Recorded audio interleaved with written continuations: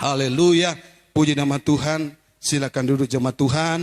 Kita bersyukur di malam hari ini karena kita boleh bersama-sama ada di rumah Tuhan dan boleh bersama-sama juga jemaat Tuhan yang mengikuti live streaming boleh beribadah bersama-sama dengan kami dan juga seluruh jemaat Tuhan, seluruh masyarakat yang dapat dijangkau oleh pengeras suara. Saya percaya kita benar-benar menikmati hadirat Allah. Kita menerima kuasa penyembahan itu mengalir bagi kita semua. Saya percaya ketika kita menyenangkan Tuhan, ketika kita meninggikan Tuhan, ketika kita memuliakan Tuhan, ketika Tuhan disenangkan, dihadir di tempat di mana kita muliakan Tuhan. Dan saya banyak kali bicara bahwa di mana ada kehadiran Allah, di situ terjadi mujizat Tuhan. Di mana ada kehadiran Allah, yang sakit disembuhkan, yang lemah dikuatkan. Saya terlalu percaya ini akan terjadi dalam kehidupan kita semua.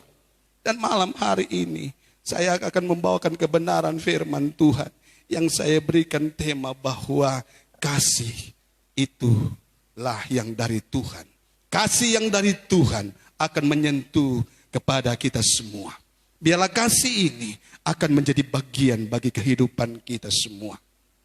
Saya percaya Tuhan telah menyatakan kasih-Nya bagi kita. Karena Alkitab begini bilang bahwa karena begitu besar kasih Allah akan dunia ini sehingga Dia mengaruniakan anaknya yang tunggal dan barang siapa yang percaya diselamatkan. Saya percaya ini akan terus menjadi bagian bagi seluruh umat manusia, lebih khusus bagi kita orang yang percaya. Biarlah kasih Tuhan itu melekat bagi kita semua. Itu bukan hanya perkataan, tetapi dengan perbuatan kita itu kita akan nyatakan. Dan malam hari ini kita akan mengupas kebenaran firman Tuhan yang saya ambil di dalam firman Allah di dalam 1 Yohanes pasal yang ketiga ayat ke-18. Begini firman Tuhan. 1 Yohanes pasal ketiga ayat 18. Anak-anakku, marilah kita mengasihi bukan dengan perkataan atau dengan lidah, tetapi dengan perbuatan dan dalam kebenaran. Sekali lagi, anak-anakku, marilah kita mengasihi bukan dengan perkataan atau dengan lidah, tetapi dengan perbuatan dan dalam kebenaran. Haleluya. Kita mengasihi. Tuhan bilang bahwa hai anak-anakku, marilah kita melakukan kasih itu bukan hanya dengan perkataan atau bukan hanya dengan lidah, tetapi dengan perbuatan. Tadi kami tim penginjilan GBI Sulutgo telah melakukan banyak hal dan kami melakukan panggilan Tuhan bagi kami. Saya percaya ini panggilan Tuhan. Ini hati Tuhan yang sedang kami lakukan. Walaupun mungkin banyak orang yang mungkin menganggap enteng, tetapi kami tahu kami harus menjalankan panggilan Allah. Dan kami tadi melakukan panggilan Allah dengan membagikan atau melakukan beberapa hal, pembagian perlengkapan medis dan juga membagikan kotak makanan dan pembagian sembako. Saya percaya apapun yang kami lakukan untuk Tuhan. Karena kami bukan hanya mau berbicara. Berbicara itu baik. Mengatakan sesuatu itu baik. Menyampaikan pesan-pesan itu baik. Apalagi menyampaikan pengharapan itu baik. Menyampaikan dorongan itu baik. Tetapi lebih baik ketika penyampaian dan janji disertai dengan perbuatan. Saya terlalu percaya ketika kita melakukan hal yang saya sudah sampaikan tadi. Bukan manusia yang dipermuliakan, tapi Tuhan yang dipermuliakan. Berikan kemuliaan bagi Tuhan Yesus. Haleluya, haleluya. Saya terlalu percaya hari-hari ini akan banyak orang yang membutuhkan belas kasihan. Ada begitu banyak orang yang membutuhkan uluran tangan. Siapakah yang harus tampil? Kami GBI Raja Wali dan tim PI Sulut Go bukan berarti orang yang kaya. Enggak. Tetapi kalau kami melakukan itu, karena kami mau Tuhan dipermuliakan. Kami mau agar supaya apa yang Tuhan turunkan bagi kami, apa yang Tuhan nyatakan bagi kami, itu benar-benar kami lakukan sesuai apa yang Tuhan lakukan. Bukan hanya dengan perkataan, bukan hanya dengan lidah, tetapi dengan perbuatan. Itu penting bagi kita. Gereja harus tampil menjadi garam, harus tampil menjadi terang. Katakan amin. Kapan gereja harus menjadi terang? Gereja bukan hanya menjadi terang hanya ketika ada di rumah gereja. Tetapi gereja harus menjadi terang kepada seluruh dunia. Gereja harus menggarami seluruh dunia ini. Kita harus tampil menjadi terang. Kita harus tampil menjadi garam. Menjadi kesukaan bagi banyak orang. Katakan amin. Itu yang Tuhan kehendaki bagi umat-umat Tuhan. Itu yang Tuhan inginkan dan Tuhan rindukan bagi kita semua. Ketika kita dipanggil, ketika kita dipilih, ketika kita diselamatkan, ketika kita diberkati, ketika kita mulai diberkati oleh Tuhan, kita dipanggil, kita dipilih oleh Tuhan, kita mau juga menyelamatkan orang lain. Ketika kita diberkati, kita mau orang lain diberkati dengan kehidupan kita. Amin. Ketika engkau diberkati, engkau harus memberkati orang lain. Katakan amin. Ketika engkau dipulihkan, ketika engkau diselamatkan, engkau harus menyelamatkan orang lain. Engkau jangan egois. Jangan kau pikir ketika kau diselamatkan berhenti sampai di situ. Ketika engkau diberkati, berhenti hanya sampai untuk kalangan sendiri. Bukan seperti itu. Ketika engkau diberkati, engkau harus memberkati orang lain. Ketika engkau diselamatkan, engkau harus menyelamatkan orang lain. Amin. Itulah pemberitaan Injil yang sebenarnya. Itulah pemberitaan Injil yang sebenarnya. Kita harus memberkati mereka yang perlu diberkati. Kita harus menolong mereka yang perlu ditolong. Kita harus melepaskan mereka yang perlu dilepaskan. Kita harus jadi uluran tangan Tuhan. Kita harus jadi kepanjangan tangan Tuhan untuk menolong mereka, untuk melepaskan mereka, mereka yang terikat, mereka yang terbelenggu. Kita yang harus tampil melepaskan mereka. Itu bagian dari kasih. Amin. Itu yang bagian dari kasih. Kasih bukan hanya sekedar kata-kata. Dan ini firman Tuhan, hai anak-anakku. Ternyata ketika kita menjadi anak Tuhan, seharusnya karakter Bapa itu melekat kepada kita semua. Amin. Ketika karakter Bapa punya karakter adalah karakter kasih. Biarlah itu melekat kepada anak-anak Tuhan. Jangan kita hanya pakai hidup kita hanya bersandiwara. Seperti yang dicatat dalam kebenaran firman Allah. Dia bilang begini, anak-anakku, mari kita mengasihi bukan dengan perkataan atau dengan lidah, tetapi dengan perbuatan dan dalam kebenaran. Cocok sekali bagi kita semua. Hai anak-anakku, marilah kita mengasihi. Bukan hanya dengan perkataan, bukan hanya dengan lidah, tetapi dengan perbuatan. Bahkan dia bilang begini saudara, dengan perbuatan kebenaran. Perbuatan baik seperti yang kita lakukan tadi, membagikan sembako, apalagi membagikan APD kepada setiap puskesmas tadi yang kami sempat datangi. Ya, dan juga rumah sakit tadi, rumah sakit Budi Setia. dan membagikan kotak makanan. Mungkin apa yang kami lakukan enggak sehebat yang mereka pikirkan. Tetapi apa yang kami lakukan, kami datang dari kasih yang Tuhan kerjakan dalam hidup kami. Kami lakukan itu karena ada dorongan kasih dari Kristus Yesus yang mendorong kami untuk tetap mengasihi sesama kami manusia. Coba kita baca kebenaran firman Allah yang saya ambil di dalam Lukas pasalnya yang ke-10 ayatnya yang ke-27 sampai ayatnya yang ke-37. Begini firman Tuhan. Pada suatu kali berdirilah seorang ahli Taurat untuk mencoba Yesus, katanya, "Guru, apa yang harus kami perbuat untuk memperoleh hidup yang kekal?" Jawab Yesus kepadanya, "Apa yang tertulis dalam hukum Taurat? Apa yang kau baca di dalamnya?"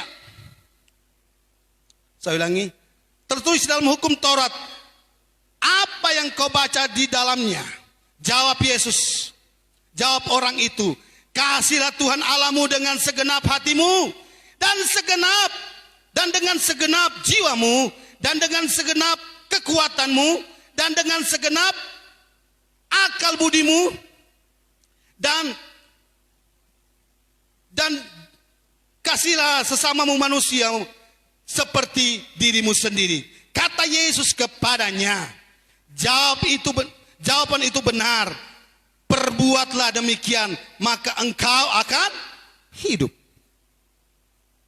Kasihlah Tuhan Allahmu seperti dirimu sendiri. Jawab Tuhan Yesus kepada dia, "Benar katamu, mengasihi Tuhan, harus mengasihi Tuhan bukan hanya kepada dia, tetapi kepada juga manusia seperti yang kau lihat." Coba kita baca seterusnya firman Tuhan ini.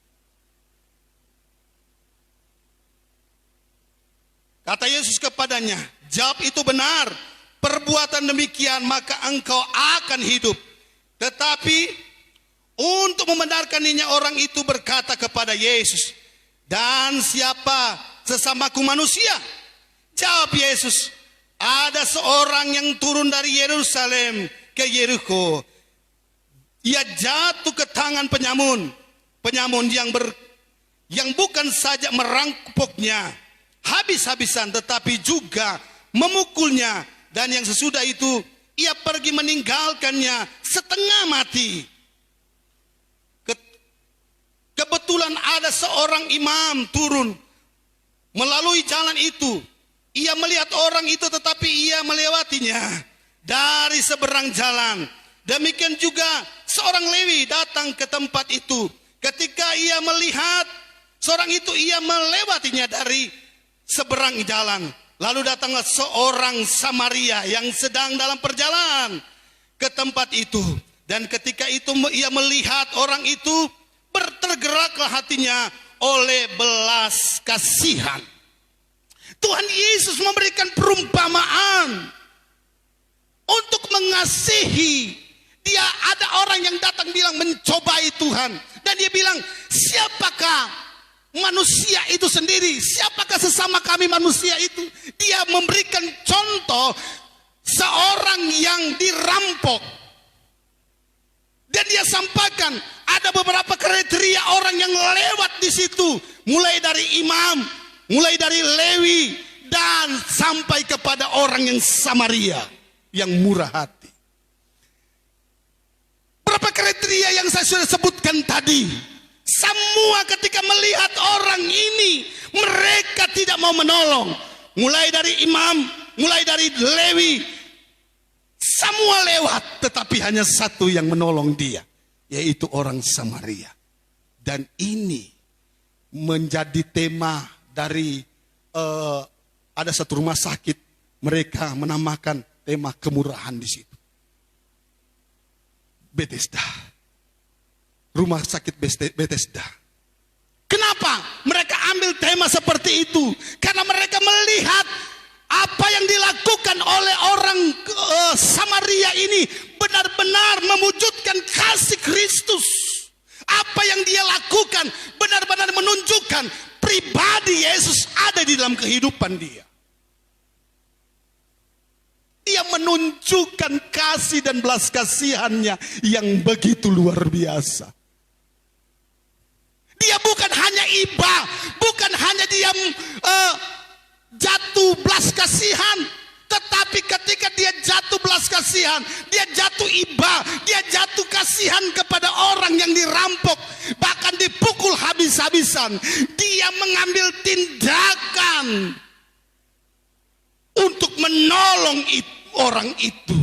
Dia menaiki orang itu di atas kendaraan yang dia pakai.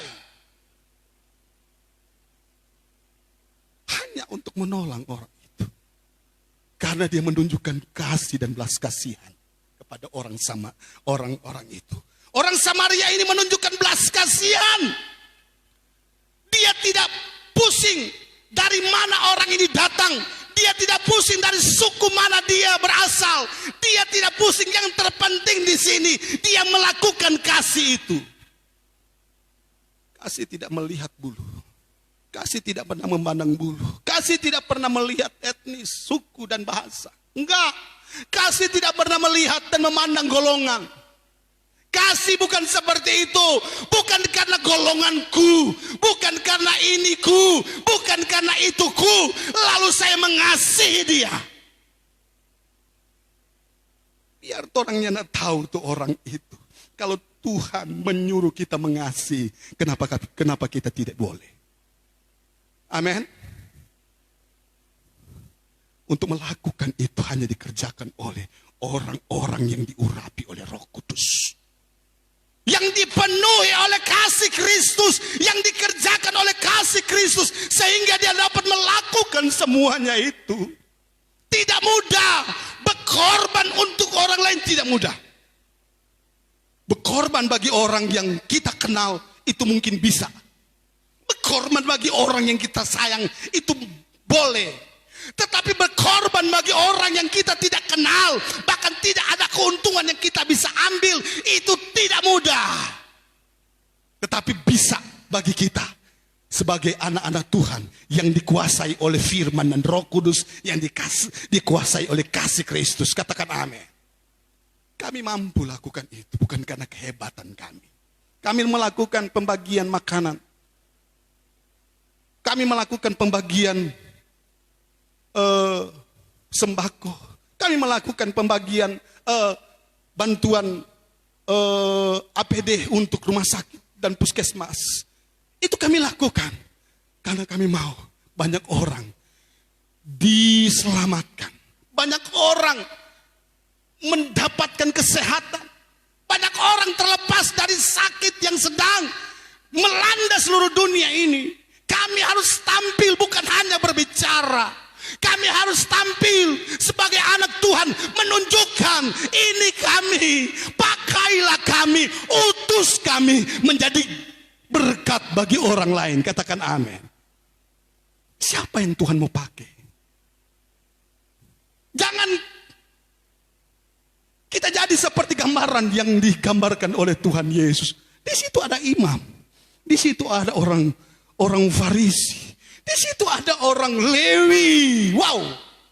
Orang-orang yang sebenarnya ada di rumah Tuhan, yang selalu belajar firman Allah, yang selalu belajar tentang kasih, tetapi tidak mempraktekkan kasih itu. Di manakah kasihmu? Amin. Amin. Selalu belajar firman Allah, bahkan mungkin setiap hari belajar PA. Belajar satu persatu tentang kasih. Mereka kupas satu persatu tentang kasih. Untuk mempraktekkan itu tidak mudah. Hanyalah orang-orang yang dipenuhi oleh firman dan Roh Kudus. Amin. Penting gereja Tuhan melakukan kasih itu. Tuhan lebih dahulu menunjukkan kasihnya. Amin. Tuhan lebih dahulu menunjukkan kasihnya kepada kita. Dan dia tidak pernah memandang muka. Dia tidak pernah melihat waktu saya benar atau tidak. Enggak. Di waktu saya belum benar. Di waktu saya masih bobrok, di waktu saya masih nggak ada apa-apa, kotor, Tuhan sudah berkorban, Tuhan sudah mengasihi kita, Tuhan sudah kasihi kita. Itu kehebatan Tuhan kita, itu kehebatan Yesus yang kita sembah. Marilah kita ikut Yesus dan perbuatan-perbuatannya. Amin. Kekristenan bukan hanya agama, kekristenan bukan hanya satu organisasi, tetapi kekristenan, jadilah kekristenan sebagai organisme yang melakukan kehendak Allah. Jadikanlah kekristenan yang melakukan kehendak Tuhan, melakukan kemauan Tuhan, melakukan keinginan dan kerinduan Tuhan dan hati Tuhan. Saya percaya biarlah kerinduan Tuhan menjadi bagian bagi kita. Kalau kerinduan Tuhan ada di hati kita, otomatis kita menjadi pelaku-pelaku firman Allah. Seperti yang tertulis, bukan hanya dengan lidah, tetapi dan juga bukan hanya dengan perkataan, tetapi dengan perbuatan. Lakukan itu setiap hari, maka kau akan lihat Tuhan itu akan menyertaimu. Dan untuk kita melakukan firman Allah, perlu penyertaan Tuhan, perlu tumpangan Tuhan. Tuhan memberkati kita semua. Saya percaya biarlah kebenaran ini memberikan pelajaran bagi kita, memberikan dorongan bagi kita untuk kita tetap menjadi pelaku-pelaku firman Allah, menjadi pelaku-pelaku firman Allah, agar supaya bukan hanya kita diselamatkan, tetapi banyak orang pun diselamatkan